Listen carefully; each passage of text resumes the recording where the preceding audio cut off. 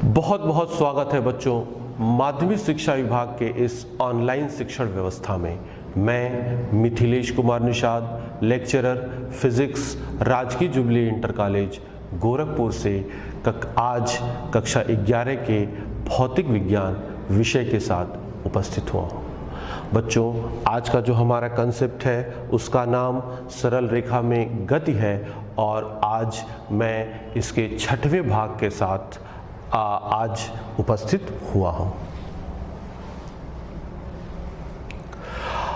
बच्चों, जरा पाठ की चर्चा देख लेते हैं। सबसे पहला भाग स्थिति, पथ लंबाई और विस्थापन से संबंधित था।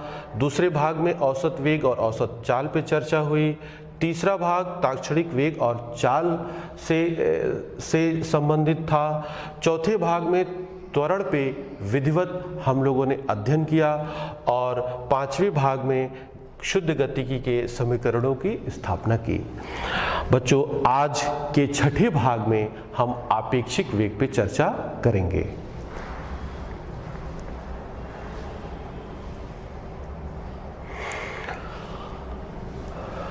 आज के चर्चा के बिंदु देख लीजिए। सबसे पहले आपेक्षिक वेग पे चर्चा होगी, फिर व्यंजक की स्थापना किया जाएगा, फिर आपेक्षिक वेग की विशेष परिस्थितियों पे चर्चा होगी, कुछ क्वेश्चन सॉल्व किए जाएंगे और अंत में गृह कार्य दिया जाएगा।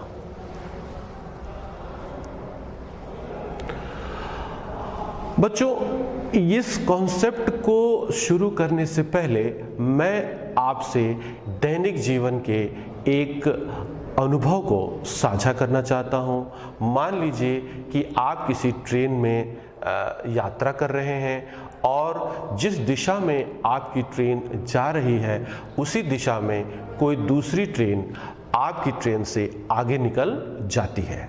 जब वह दूसरी ट्रेन आपकी ट्रेन से आगे निकल रही होती है और आप दूसरी ट्रेन को देखते हैं तो आपको क्या अनुभव होता है? आपने यह अनुभव किया होगा कि आपकी ट्रेन से आगे निकलने वाली ट्रेन अपेक्षाकृत धीमी गति से चल रही है। क्या सचमुच में ऐसा होता है? दूसरी तरफ, अगर आपके ट्रेन की दिशा के विपरीत कोई ट्रेन आ रही हो और आपकी ट्रेन को क्रॉस करते हुए निकल जाती है तो आप यह अनुभव करते हैं कि क्रॉस करने वाली ट्रेन अपेक्षाकृत तीव्र वेग से गतिमान है।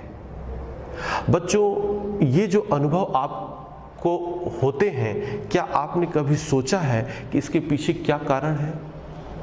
ऐसे बहुत सारे अनुभवों से हमारा नेचर भरा है।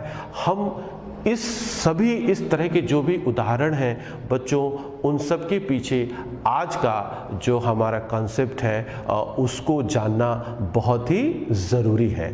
उसका नाम आपेक्षिक वेग है। इसे हम सापेक्षिक वेग के नाम से भी जानते हैं और इसे हम रिलेटिव वेलोसिटी भी कहते हैं। क्या होता है ये रिलेटिव वेलोसिटी? इसको देख लीजिए। किसी एक वस्तु का दूसरी वस्तु के सापेक्ष वेग पहली वस्तु की दूसरी वस्तु के सापेक्ष स्थिति परिवर्तन के समय दर के बराबर होता है। आइए इसके लिए हम एक्सप्रेशन निकालते हैं। आपेक्षिक वेग के लिए व्यंजक, मान लीजिए कि हमारे पास दो वस्तुएं हैं A और B जो कि x एक्सिस के अनुदिश औसत वेगों VA तथा VB से गतिमान है। यहां मैं आपसे एक बात कहना चाहता हूं, यदि कोई वस्तु एक समान वेग से गतिमान हो तो औसत वेग ताक्षणिक वेग के बराबर होता है। तो आप VA और VB को औसत वेग भी ले सकते हैं और इन्हें केवल वेग भी बोल सकते हैं। यदि t = 0 पर, अर्थात गति जब आपने मापन शुरू किया उस समय पर वस्तु A तथा B की स्थितियां क्रमशः xa0 और xb0 हैं, तो t समय के पश्चात वस्तु A की स्थिति क्या होगी? जरा इस पे हम लोग चर्चा कर लें। बच्चों, वस्तु A गति के आरंभ में उसकी स्थिति xa0 पहले से है और t समयांतराल में यदि हम पता कर लें कि वह कितनी वो उसका विस्थापन कितना होता है, तो हम उसमें अगर t=0 की स्थिति में अगर हम उसे जोड़ दें तो हमें t समय पर वस्तु A की स्थिति ज्ञात हो जाएगी। तो इसके लिए हम क्या करेंगे, औसत वेग में समयांतराल t का गुणा कर देंगे तो हमें ये पता चल जाएगा कि वस्तु t समय में कितना विस्थापित हुई है। इस विस्थापन का हम xa0 से योग कर देंगे जिससे कि हमें t समय पर वस्तु A की स्थिति पता चल जाएगी। इसे हम समीकरण नंबर 1 मान लेते हैं। ठीक इसी प्रकार समीकरण नंबर 2 में आइए, xbt की वैल्यू होगी xb0 plus vb into T. ठीक इस ऐसे ही ये निकाला गया है। अब वस्तु A के सापेक्ष B का विस्थापन ज्ञात करते हैं। इसके लिए हम इसे xbt माइनस xat से रिप्रेजेंट करते हैं और इसे हम लिखते हैं xbat। अभी xbt की वैल्यू आपने नंबर सेकंड में निकाला है और xat की वैल्यू एक्सप्रेशन नंबर 1 में निकाला, समीकरण नंबर 1 में निकाला है। दोनों की वैल्यूज यहाँ रखेंगे, फाइनली आपको मिलेगा xb0 माइनस xa0। इसे एक ब्रैकेट में ले लीजिए, vb minus va into T. इसे इक्वेशन नंबर 3 मान लीजिए। बच्चों इस इक्वेशन नंबर 3 को देखिए, यह इक्वेशन नंबर 3 बताता है कि वस्तु A के सापेक्ष वस्तु B का जो विस्थापन है वह VB minus VA into T के साथ परिवर्तित हो रहा है। इसका अर्थ ये हुआ, यदि VB minus VA into T में समय से हम भाग दे दें तो वस्तु A के सापेक्ष B के विस्थापन की दर हमें पता चल जाएगी।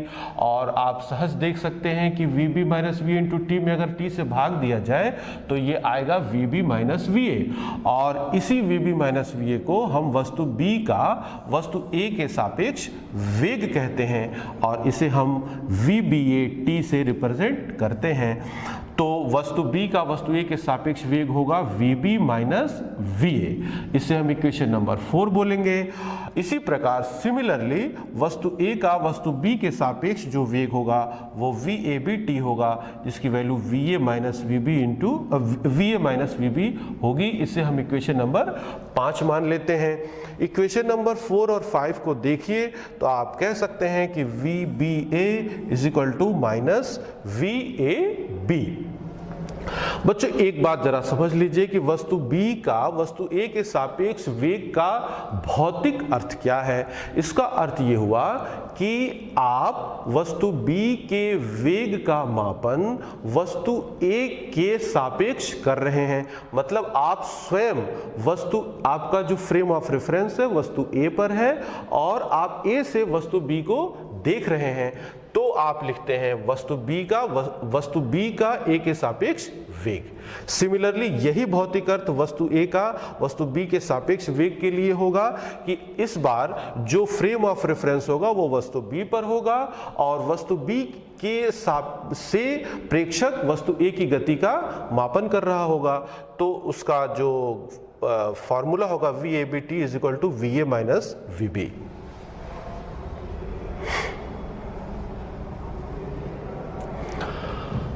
अब कुछ विशेष परिस्थितियों पर चर्चा कर लेते हैं। विशेष परिस्थितियां ये हैं कि जब VB is equal to VA हो। इसका क्या अर्थ है? इसका अर्थ ये है कि जब दो वस्तुएं एक ही वेग से गतिमान हो।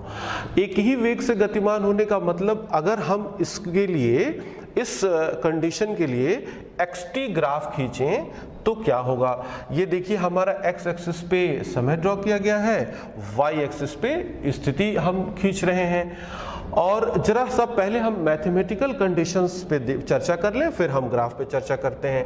अभी अभी हम लोगों ने देखा वस्तु A के सापेक्ष वस्तु B का वेग VBA निकाला VB माइनस VA, और चूंकि ये दोनों वस्तुओं के वेग बराबर हैं तो आप देख सकते हैं कि ये शून्य आएगा, VBA इज इक्वल टू 0। इसी तरह से VAB का मान भी शून्य ही आएगा। बच्चों इसका भौतिक अर्थ क्या है अभी आपको थोड़ी देर के बाद मैं बताऊंगा।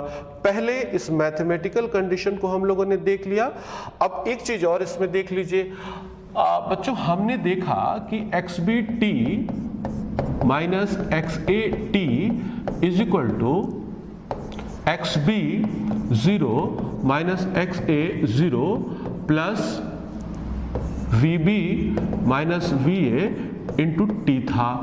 चूंकि अभी VB माइनस VA की वैल्यू अभी शून्य हो चुकी है, इसका मतलब ये हुआ कि वस्तु A के सापेक्ष वस्तु B का जो विस्थापन है उसका वैल्यू होगा XB0 माइनस XA0, अर्थात T इज इक्वल टू 0 पर वस्तु A और वस्तु B के बीच में जो दूरी थी वो पूरे के पूरे गति के दौरान उतनी ही दूरी बनी रहेगी। आइए जरा आप इसका ग्राफ देख लेते हैं। चूंकि दोनों वस्तुओं के वेग बराबर है अर्थात xt ग्राफ का जो ढाल होगा वो बराबर होगा। लेकिन अब मान लीजिए सबसे पहले वस्तु A के लिए xt ग्राफ ड्रॉ करते हैं। चूंकि वस्तु A t is equal to 0 पर उसकी स्थिति XA0 है तो मान लीजिए ये t is equal to 0, XA0 यहाँ पर है, और t इज इक्वल टू 0 पर वस्तु B की जो स्थिति है वो है XB0।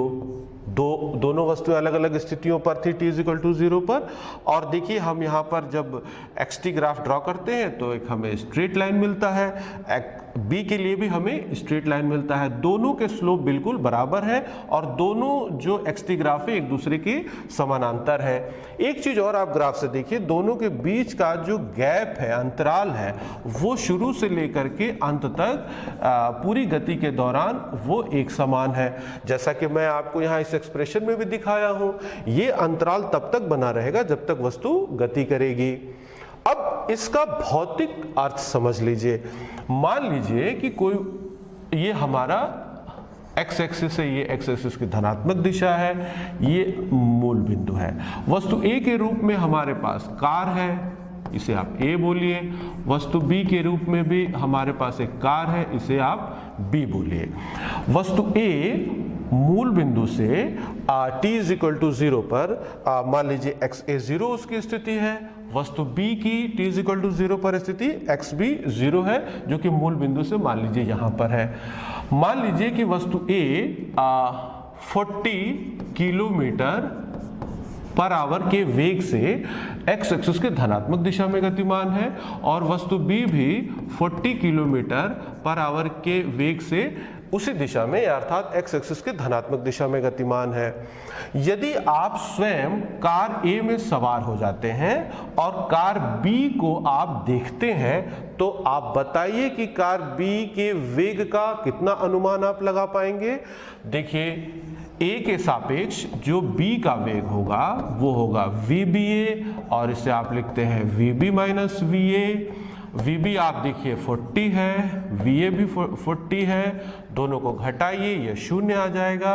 VBA is equal to 0 अर्थात सापेक्षिक वेग शून्य आ रहा है। इसका अर्थ ये हुआ कि यदि कार A में सवार होकर आप कार B के गति का मापन करते हैं, प्रेक्षण करते हैं, तो आपको ऐसा महसूस होगा, आपको ऐसा आभास होगा कि वस्तु B आपके सापेक्ष विरामावस्था में अर्थात चल ही नहीं रही है।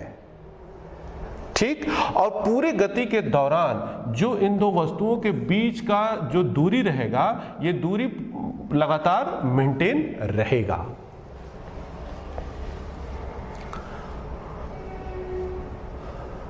दूसरी स्थिति देख लीजिए, जब VA is greater than VB हो, मतलब वस्तु A का वेग वस्तु B के वेग से अधिक हो, तब आप VBA निकालिए। तो आप देख रहे हैं VB माइनस VA अगर आप इसे सॉल्व करेंगे तो ये लेस देन 0 आएगा, अर्थात वस्तु A के सापेक्ष वस्तु B का वेग ऋणात्मक होगा। और अगर VA सॉल्व किया जाए तो ये धनात्मक आपको मिलेगा। ये तो हो गया मैथमेटिकल कैलकुलेशन की चर्चा। अब ग्राफिकल देख लेते हैं। चूंकि वस्तु A का वेग वस्तु B के वेग से अधिक है, अर्थात A के लिए जो xt ग्राफ का ढाल होगा वो B की तुलना में अधिक होगा। तो आप देखिए ये वस्तु A के लिए ग्राफ है। t = 0 पर वस्तु A की स्थिति xa0 है, t = 0 पर वस्तु B की स्थिति xb0 है। दोनों यहाँ से अपनी गतियाँ मान लीजिए प्रारंभ करती हैं t = 0 से, और A का ढाल देखिए अपेक्षाकृत अधिक है, ये देख लीजिए, और B का ढाल अपेक्षाकृत कम है। और इस कारण यह दोनों xt ग्राफ किसी एक बिंदु पर जाकर के मिल जाती हैं, एक दूसरे को इंटरसेक्ट करती हैं। अब इस बिंदु पर क्या होगा, इसको जरा सा ध्यान दीजिए। एक चीज और देखिए कि ये t = 0 के बाद आप देखिए कि दोनों वस्तुओं के बीच की जो दूरी है वो लगातार घटती जा रही है। ये कब तक घट रही है, इस कॉमन पॉइंट तक घट रही है, और इस कॉमन पॉइंट के बाद दोनों वस्तुओं के बीच की दूरी लगातार बढ़ती भी जा रही है। इसका क्या अर्थ निकल रहा है, आइए इसे भौतिक स्थिति इसकी समझें। मान लीजिए ये x एक्सिस है, ये x एक्सिस की धनात्मक दिशा है, ये मूल बिंदु है, यहाँ पर कोई वस्तु A है और यहाँ पर कोई वस्तु B है।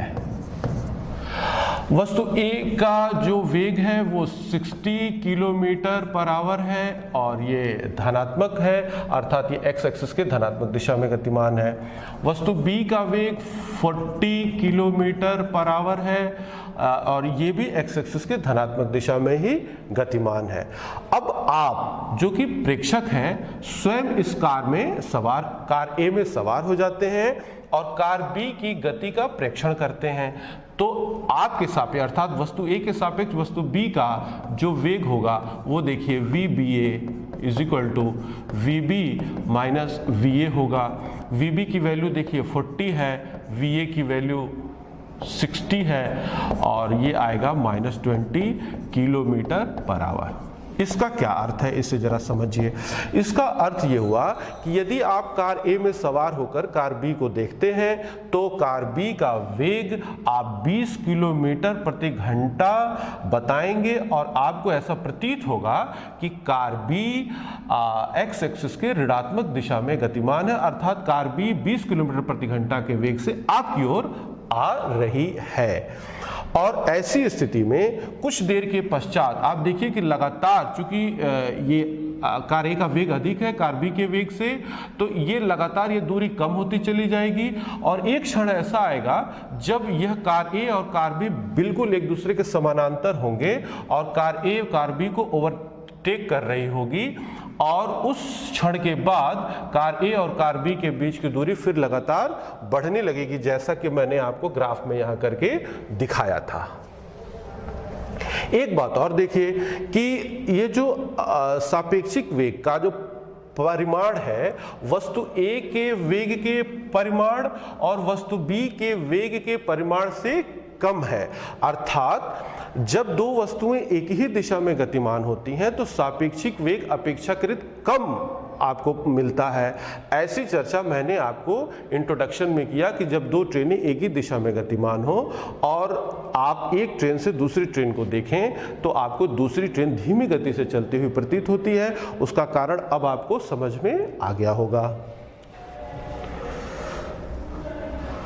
अब तीसरे स्थिति की हम लोग चर्चा कर लेते हैं बच्चों, जब VA और VB विपरीत चिन्हों के हों, अर्थात VA ग्रेटर देन 0 है और VB लेस देन 0 है, अर्थात VA धनात्मक है और VB ऋणात्मक है।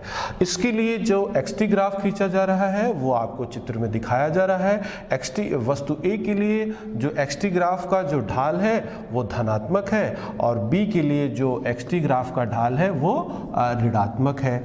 आप देख लीजिए यहाँ पे, और इस कारण ये दोनों जो वक्र हैं xt वक्र हैं वो एक बिंदु पर इंटरसेक्ट करते हैं। इसका मायने जरा समझ लीजिए, ये जो बिंदु है ये एक्स ए 0 है और ये बिंदु एक्स बी 0 है। t इक्वल टू 0 के बाद जैसे गति आगे होती है दोनों वस्तुओं के बीच की दूरियां लगातार घटती जाती हैं और इस बिंदु के पश्चात फिर से दोनों वस्तुओं के बीच की दूरियां बढ़ने लगती हैं। इसका क्या भौतिक अर्थ है, आइए हम इसे समझते हैं। मान लीजिए कि ये एक्स एक्सिस है, एक्स एक्सिस की धनात्मक दिशा है, ये मूल बिंदु है, ये कार ए है, ये कार बी है। कार ए का जो वेग है वो +60 किलोमीटर पर आवर है और कार बी का वेग -40 किलोमीटर पर आवर है। इसका मतलब ये हुआ कि कार ए एक्स एक्सिस के धनात्मक दिशा में गतिमान है और कार बी एक्स एक्सिस के ऋणात्मक दिशा में गतिमान है। यदि आप स्वयं कार ए में सवार हो जाते हैं और कार बी की गति का आप प्रेक्षण करते हैं तो कार ए के सापेक्ष बी का जो वेग होगा अर्थात V B A is equal to V B minus V A होगा और इसकी वैल्यू होगी -40 -60 इज इक्वल टू -100 किलोमीटर पर आवर। इसका अर्थ समझ लीजिए, यदि आप स्वयं कार ए में सवार हो जाते हैं और कार बी के गति का प्रेक्षण करते हैं तो आपको यह प्रतीत होता है कि कार बी 100 किलोमीटर प्रति घंटा के वेग से एक्स एक्सिस के ऋणात्मक दिशा में अर्थात आप ही की ओर गतिमान है। इसका अर्थ ये होगा बच्चों कि t इज इक्वल टू 0 के बाद जैसे दोनों वस्तुएं गति करेंगी इनके बीच का जो दूरी होगी वो उत्तरोत्तर घटती चली जाएगी और एक ऐसा क्षण आएगा जब दोनों एक दूसरे के समानांतर होंगी और उस क्षण पर हम कहेंगे कि दोनों कारें एक दूसरे को क्रॉस कर रही हैं और उसके बाद फिर ये दोनों इन दोनों वस्तुओं के बीच की दूरी उत्तरोत्तर बढ़ती चली जाएगी, जैसा कि आपको इस बात की चर्चा हमने ग्राफ में किया। अब एक चीज और देख लीजिए, ये जो सापेक्षिक वेग है इसका परिमाण वस्तु A के वेग के परिमाण तथा वस्तु B के वेग के परिमाण से अधिक है। इसका अर्थ ये हुआ कि जब दो वस्तुएं एक दूसरे के विपरीत दिशा में एक सरल रेखीय गति कर रही हों तो सापेक्षिक वेग का मान अपेक्षाकृत अधिक मिलता है। ऐसी चर्चा हमने आपको इंट्रोडक्शन में किया था कि जब दो ट्रेनें एक दूसरे से विपरीत दिशा में गतिमान होती हैं तो जब एक ट्रेन से दूसरी ट्रेन की गति का प्रेक्षण करते हैं तो उसका वेग अपेक्षाकृत तीव्र हमें मालूम पड़ता है।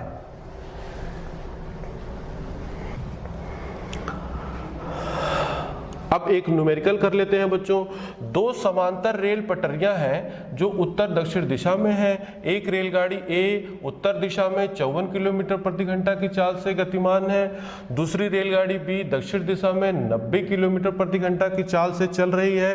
ए के सापेक्ष बी का आपेक्षिक वेग निकालिए, ए के सापेक्ष बी का वेग निकालिए, बी के सापेक्ष पृथ्वी का आपेक्षिक वेग निकालिए।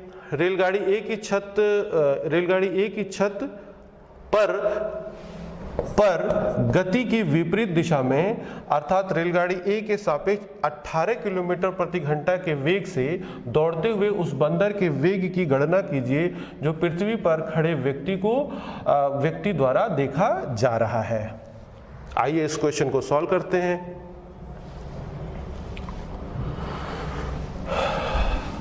बच्चों यहाँ पर ये नॉर्थ है, ये ईस्ट है, ये साउथ है, ये वेस्ट है। साइन कन्वेंशन देख लीजिए, ये एक्स एक्सिस की धनात्मक दिशा है, ये वाई एक्सिस की धनात्मक दिशा है, ये ऋणात्मक है, ये भी ऋणात्मक है। ये रेल पटरी, एक रेल पटरी हो गई, ये दूसरी वाली रेल पटरी हो गई। पहली वाली रेल पटरी पर मान लीजिए वस्तु ए चल रही है, वस्तु ए की गति उत्तर दिशा में है और ये 54 किलोमीटर पर आवर है। वस्तु बी की गति दक्षिण दिशा में है और ये है 90 किलोमीटर पर आवर और ये चूंकि y एक्सिस की ऋणात्मक दिशा में है इसलिए ये वेग माइनस लेंगे और ये x एक्सिस के y एक्सिस के धनात्मक दिशा में है इसलिए ये हम धनात्मक लेंगे। यहाँ पर va बराबर हो जाएगा 54 किलोमीटर पर आवर, यहाँ vb बराबर हो जाएगा -90 किलोमीटर पर आवर। इसे मीटर पर सेकेंड में चेंज करेंगे तो ये हो जाएगा 15 मीटर पर सेकेंड और ये हो जाएगा -25 मीटर पर सेकेंड। अब वस्तु A के सापेक्ष वस्तु B का वेग देख लीजिए, VBA अर्थात VB माइनस VA। VB की वैल्यू -25, VA की वैल्यू 15, सॉल्व कीजिएगा आएगा -40 मीटर पर सेकेंड। इसका अर्थ ये हुआ कि यदि ट्रेन A पर सवार होकर आप ट्रेन B को देखते हैं तो ट्रेन B का वेग आपको ऐसा प्रतीत होता है कि 40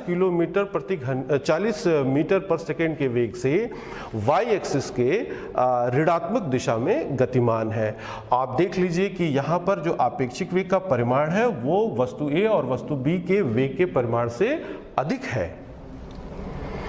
दूसरा इसमें एक सवाल पूछा गया है कि दूसरे सवाल पर जरा हम आ जाते हैं। सवाल ये था कि B के सापेक्ष पृथ्वी का आपेक्षिक वेग निकालिए। तो इसका अर्थ ये हुआ कि velocity of the ground with respect to train B, ये लिखेंगे velocity of the ground minus velocity of the train B। बच्चों ग्राउंड की वेलोसिटी तो 0 ही है और ट्रेन B अभी आपने देखा कि वो दक्षिण दिशा में -25 मीटर पर सेकेंड के वेग से गतिमान है। तो ये हो जाएगा -25 आप यहाँ लिख देंगे और ये हो जाएगा +25 मीटर पर सेकेंड। इसका जरा मतलब समझ लीजिए, यदि ट्रेन B में बैठ करके आप उसकी खिड़की से बाहर देखते हैं तो आपको ट्रेन B चूंकि दक्षिण दिशा में जा रही है तो जो ग्राउंड आप देखेंगे वो आपको 25 मीटर प्रति सेकेंड के वेग से उत्तर दिशा में जाता हुआ ऐसा दिखाई पड़ेगा, ऐसा आपको आभास होगा। तीसरा, इस सवाल का तीसरा हिस्सा देख लीजिए। तीसरा हिस्सा ये है कि ये वो पहली वाली ट्रेन A है, ये उत्तर दिशा में 15 मीटर पर सेकेंड के वेग से गतिमान है और इस ट्रेन के छत पर एक बंदर है जो कि 18 किलोमीटर प्रति घंटा के वेग से ट्रेन A के सापेक्ष वेग से गतिमान है। अर्थात velocity of the monkey with respect to train A ये हो जाएगा -5 मीटर पर सेकेंड। 18 किलोमीटर पर आवर को अगर आप मीटर पर सेकेंड में कन्वर्ट करेंगे तो अगर कोई ऑब्जर्वर ग्राउंड पर खड़ा हो और इस बंदर को दौड़ते हुए देखे तो वो उसके वेग का क्या अनुमान लगाएगा। तो वेलोसिटी ऑफ द मंकी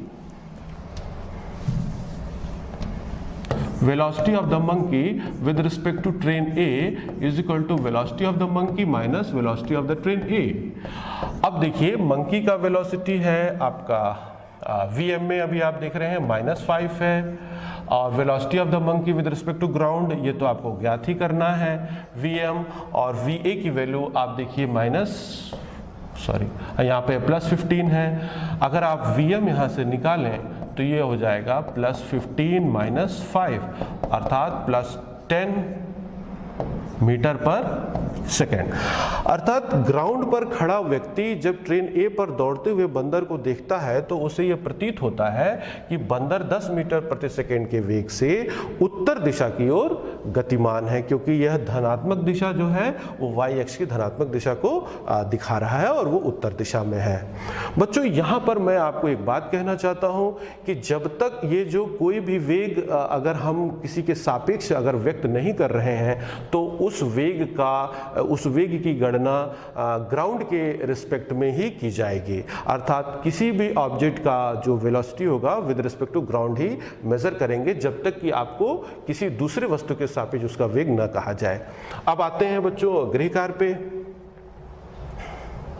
गृह कार्य यह है कि कोई जेट वायुयान 500 किलोमीटर प्रति घंटा की चाल से चल रहा है और यह इस जेट यान के सापेक्ष 1500 किलोमीटर आवर की चाल से चलने वाले दहन उत्पाद को बाहर निकालता है। जमीन पर खड़े किसी प्रेक्षक के सापेक्ष इन दहन उत्पादों की चाल क्या होगी। बच्चों ये भी सापेक्षिक वेग पर आधारित एक प्रश्न है। मुझे पूरा विश्वास है कि आप इसे करने में सफल होंगे और आज के लेक्चर से भी आप लाभान्वित हुए होंगे। धन्यवाद। इतना है।